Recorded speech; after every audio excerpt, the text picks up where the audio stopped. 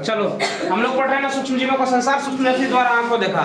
इससे पहले हमने ये पढ़ लिया था सूक्ष्म जीव क्या होता है, सूक्ष्मदर्शी क्या होता है, और मतलब सूक्ष्म जीव का हम लोग विशेषता भी पढ़ लिए थे ना, हमारा मित्र क्यों है, शत्रु क्यों है, ये सब पढ़ लिए थे। आज हम लोग पढ़ने वाले हैं सूक्ष्म जीव का औषधीय उपयोग, यही पढ़ने वाले हैं ना।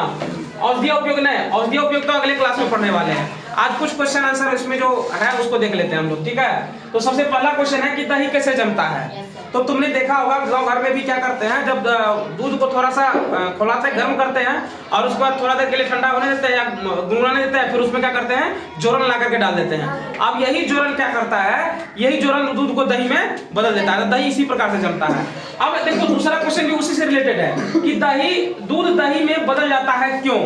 क्योंकि होता क्या है कि वो जोरन जो उसमें डालते हैं तो उसमें मतलब एक सूक्ष्मजीव होता है जिसको हम लोग क्या कहते हैं, लैक्टोबैसिलस कहते हैं। ये जाता है और दूध के साथ बहुत ही जल्दी अभिक्रिया करता है, कई गुना ज्यादा अभिक्रिया करता है, जिसके बाद तुरंत ही 4 से 5 घंटे के अंदर ही वो क्या होता है, दूध से दही में बदल जाता है। बात समझ में आ गई ना।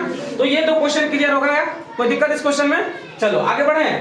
अब अगला हमारा क्वेश्चन है जीवाणुओं की सक्रियता के कारण ही हम दूध से पनीर प्राप्त करते हैं। देखो दूध से जितना भी चीज हम प्राप्त करते हैं, जैसे दूध से पनीर। अच्छा कभी कभी तुमने देखा होगा कि जो हलवाई सब होते हैं ना, वो क्या करते हैं, बहुत सारे दूध को उबालते हैं और उसमें अचानक से नींबू गाड़ देते हैं, गाड़ते हैं ना। जैसे ही नींबू गाड़ते हैं थोड़ा देर बाद क्या होता है, तो वो दूध फट जाता है, फटता है ना। जैसे ही वो दूध फटता है तो उस दूध से हम लोग क्या प्राप्त कर लेते हैं, पनीर प्राप्त कर लेते हैं, होता है ना। कुछ इसी प्रकार से करते हैं ना। तो वो सब किसका कमाल है, सूक्ष्मजीव का कमाल है। वो सूक्ष्मजीव के कारण ही संभव हो पाता है, ठीक है। बात समझ में आ रही है ना। अब आगे हम लोग ये समझते हैं कि वाणिज्यिक और औषधीय मतलब औद्योगिक उपयोग क्या है इसका। मतलब अगर सूक्ष्म जीव है तो इसका कहीं ना कहीं उपयोग तो हो रहा होगा ना, लेकिन आज जो हम लोग पढ़ने वाले हैं वो किसके बारे में पढ़ने वाले हैं, औद्योगिक उपयोग क्या है इसका, है ना। तो सबसे पहला इसमें क्वेश्चन है कि सिरका किससे और कैसे बनता है। सिरका जो तैयार होता है वो किससे और कैसे बनता है। देखो इसमें एक आंसर लिखे हैं कि सिरका जो है ईख, जामुन आदि फलों से बनता है। जितने भी फल होते हैं ना उससे क्या बनता है, सिरका बनता है, ठीक है। जिसमें सूक्ष्मजीव की भूमिका महत्वपूर्ण है। इसमें जो सूक्ष्मजीव होता है ना उसकी भूमिका क्या है, महत्वपूर्ण है, ठीक है। तुम लोग हंसो मत, इसमें ध्यान दो, ठीक है। ईख या जो अन्य फलों के रस होते हैं उसमें प्राकृतिक शर्करा पाया जाता है। इसमें जो शर्करा है ना वो ऑलरेडी, शर्करा मतलब ये समझो ना कि जिसको चीनी को हम शर्करा नहीं बोल सकते हैं। शर्करा मतलब समझो जितने भी फल होते हैं ना, जो मीठे फल होते हैं उसमें शर्करा मौजूद होते हैं। तो फलों के रस में प्राकृतिक शर्करा पाया जाता है। जो सूक्ष्मजीव ईस्ट, ये जो ईस्ट है ये सूक्ष्मजीव है, समझा। उसके साथ अभिक्रिया करके क्या कर लेता है, क्रिया करके सिरका में बदल देता है। बात समझ में आ गई ना, कोई दिक्कत नहीं।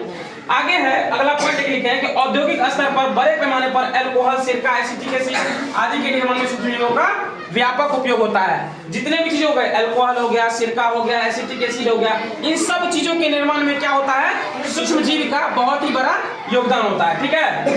अब एक पॉइंट और लिखे, इस जैसे सूक्ष्मजीव जौ, गेहूं, चावल या फलों के रस में उपस्थित प्राकृतिक शर्करा पर क्रिया कर उसे अल्कोहल, सिरका आदि में बदल देता है। सूक्ष्मजीव द्वारा परिवर्तन की क्रिया को क्या कहते हैं हम लोग, किण्वन कहते हैं। तो किण्वन समझ में आ गया ना। किण्वन क्या होता है कि जौ, गेहूं, चावल इन सब फलों में जो रस होता है उसमें कौन क्रिया करता है, शर्करा पर क्रिया कर उसे क्या करते हैं, सूक्ष्मजीव उस पर क्रिया करके क्या बनता है, अल्कोहल में बदलता है, अल्कोहल में बदल देता है। और इसी को हम लोग क्या कहते हैं, किण्वन की क्रिया करते हैं, ठीक है। और एक बात ये समझ लेते हैं किण्वन की खोज कब और किसने की थी, ठीक है ना।